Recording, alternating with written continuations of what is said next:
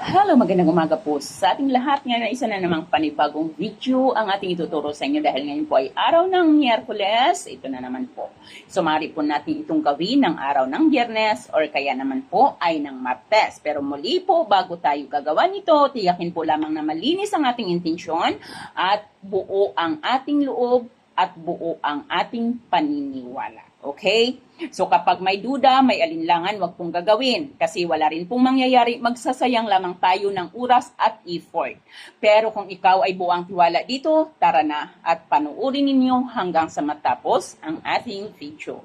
So sa mga hindi pa ho nakapag-subscribe, please like and subscribe po sa ating YouTube channel. Maraming salamat. Okay, nga ang kailangan po lamang natin dito ay isang dahon ng laurel. Isang dahon ng laurel, ayan, pwede tayong gumamit ng dry na dahon ng laurel or kaya naman ay ito kulay green. At kailangan namang natin ng litrato. So ito dalawa lamang po ang kailangan natin at dito.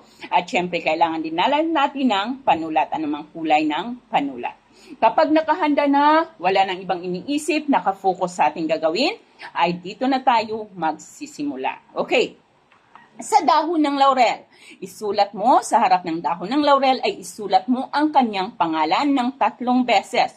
So halimbawa, siya si Juan Pedro. Juan Pedro, Juan Pedro.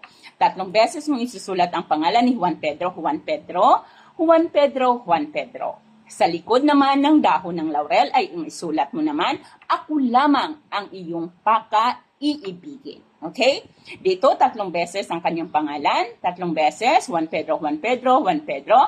Sa likod ay, ako lamang ang iyong paka-iibigin. Okay. Pagkatapos po nito, kuhanin mo po ang larawan ng taong ito at ipatong mo dito ang dahon ng laurel sa kanyang harapan ng kanyang litrato.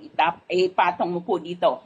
Habang nakapatong sa kanyang larawan ng ating dahon ng laurel, magtilipati tayo. Pakaisipin po natin ang taong ito. Pakaisipin natin yung parang nandyan siya mismo sa iyong harapan. Okay? Pagkatapos po ay bigkasin mo ng 3 beses ang kanyang pangalan at isunod mo, ako lamang ang iyong pakaiibigin, kailanman ay hindi mo ako pagtataksilan. 3 beses. 3 beses ulit ang kanyang pangalan, sunod kahilingan, 3 beses muli ang kanyang pangalan at kahilingan.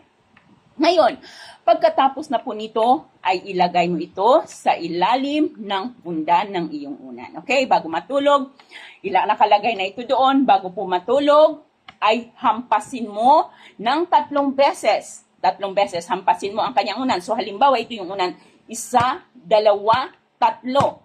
Pagkatapos mong hampasin ng 3 beses, bigkasin mo ang kanyang pangalan ng 3 beses at ang kahilingan mo naman.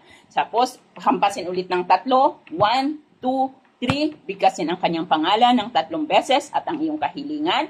1, 2, 3, pangalan ulit at ang iyong kahilingan. Gagawin po ninyo ito ng sunod-sunod na 3 gabi. Okay? Sunod-sunod na 3 gabi. Pagkatapos po ng sunod-sunod na 3 gabi, kuhanin po ang kanyang larawan at ang ating dahon ng laurel. Ilagay ninyo ito sa inyong mga wallet at hayaan po lamang ninyo ito doon. So, gagawin ito ng Martes or ng Biyernes bago tayo matulog. Bago po tayo matulog, gagawin po natin ito. Tiyakin na buo ang inyong tiwala sa inyong mga ginagawa. Okay?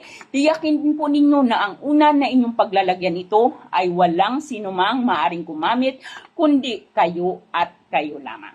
Maraming salamat at magandang umaga sa ating lahat.